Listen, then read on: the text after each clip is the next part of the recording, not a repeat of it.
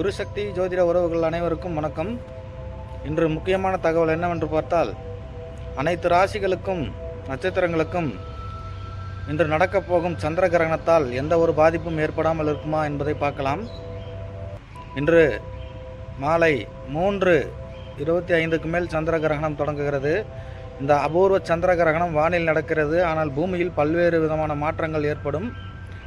ஆகையால் அனைத்து ராசி நட்சத்திரக்காரர்களும், ஏன் அனைத்தையும் சொல்கிறோம் என்றால், ஒரு சில ராசி நட்சத்திரங்களை, குறிப்பிட்ட நட்சத்திரங்களை சொல்லலாம். அவர்களை சொன்னாலும் அவர்களுக்கு இல்லை என்று கவனக்குறைவோடு இருப்பார்கள். ஆனால் அவர்கள் வீட்டில் குழந்தைகளோ பெரியவர்களுக்கோ அந்த நட்சத்திரம் இருக்கக்கூடும். ஆகையால் பொதுவாக அனைத்து ராசி நட்சத்திரக்காரர்களும் அந்த கிரகண நேரத்தில் உண்பது, குளிப்பது, உணவு சமைப்பது மற்றும் வாக்குவாதங்கள் செய்வது,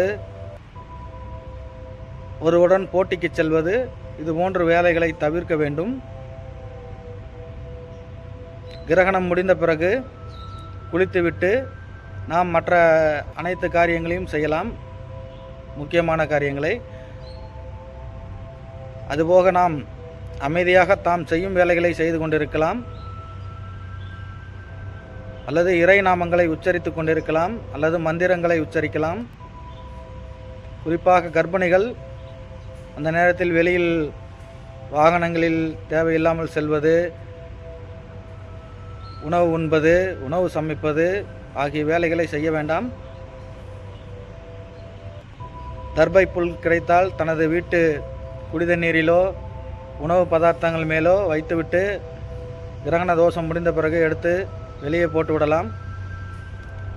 அது பாதிப்புகளை குறைக்கும். கிரகணம் முடிந்தவுடன்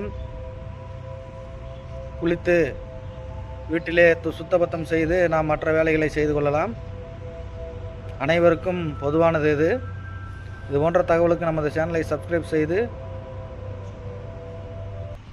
உங்கள் குறைகளை கமெண்ட்ஸில் பதிவிடுங்கள்.